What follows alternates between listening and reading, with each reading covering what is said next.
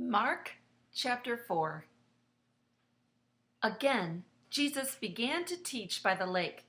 The crowd that gathered around him was so large that he got into a boat and sat in it out on the lake, while all the people were along the shore at the water's edge. He taught them many things by parables, and in his teaching said, "Listen, a farmer went out to sow his seed. As he was scattering the seed, some fell along the path, and the birds came and ate it up. Some fell on rocky places where it did not have much soil. It sprang up quickly because the soil was shallow. But when the sun came up, the plants were scorched, and they withered because they had no root. Other seed fell among thorns, which grew up and choked the plants, so that they did not bear grain. Still other seed fell on good soil. It came up, grew, and produced a crop, multiplying 30, 60, or even 100 times. Then Jesus said, 'He who has ears to hear, let him hear.'" When he was alone, the 12 and the others around him asked him about the parables. He told them, "The secret of the kingdom of God has been given to you, but to those on the outside, everything is said in parables, so that they may be ever seeing but never perceiving, and ever hearing but never understanding. Otherwise, they might turn and be forgiven." Then Jesus said to them, "Don't you understand this parable? How then will you understand any parable? The farmer sows the word. Some people are like seed along the path where the word is sown. As soon as they hear it, Satan comes and takes away the word that was sown in them. Others, like seed sown on rocky places, hear the word and at once receive it with joy. But since they have no root, they last only a short time. When trouble or persecution comes because of the word, they quickly fall away.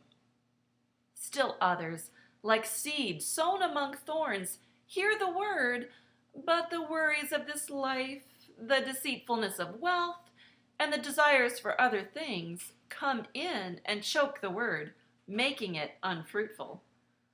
Others, like seed sown on good soil, hear the word, accept it, and produce a crop 30, 60, or even 100 times what was sown. He said to them, "Do you bring in a lamp to put it under a bowl or a bed? Instead, don't you put it on its stand? For whatever is hidden is meant to be disclosed, and whatever is concealed is meant to be brought out into the open.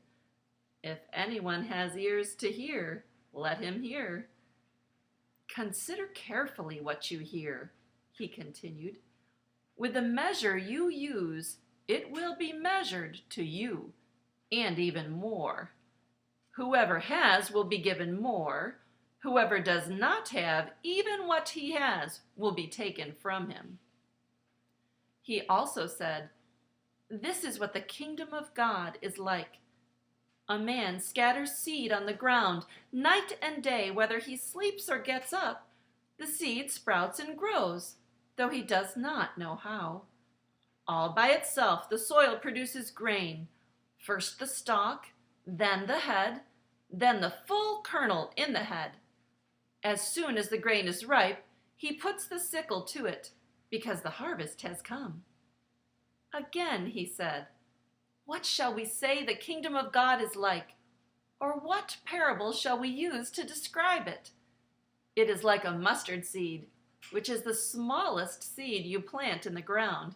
Yet when planted, it grows and becomes the largest of all garden plants, with such big branches that the birds of the air can perch in its shade." With many similar parables, Jesus spoke the word to them, as much as they could understand.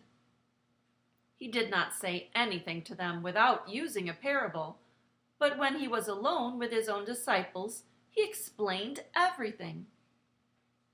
That day when evening came, he said to his disciples, "Let us go over to the other side." Leaving the crowd behind, they took him along just as he was in the boat. There were also other boats with him. A furious squall came up, and the waves broke over the boat, so that it was nearly swamped. Jesus was in the stern, sleeping on a cushion. The disciples woke him and said to him, "Teacher, don't you care if we drown?" He got up, rebuked the wind, and said to the waves, "Quiet, be still." Then the wind died down, and it was completely calm. He said to his disciples, "Why are you so afraid? Do you still have no faith?"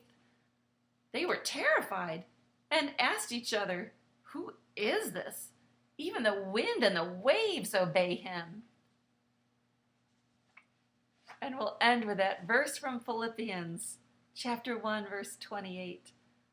Do not for a moment be frightened or intimidated in anything by your opponents and adversaries, for such constancy and fearlessness will be a clear sign, a proof and seal to them of their impending destruction, but a sure token and evidence of your deliverance and salvation, and that from God.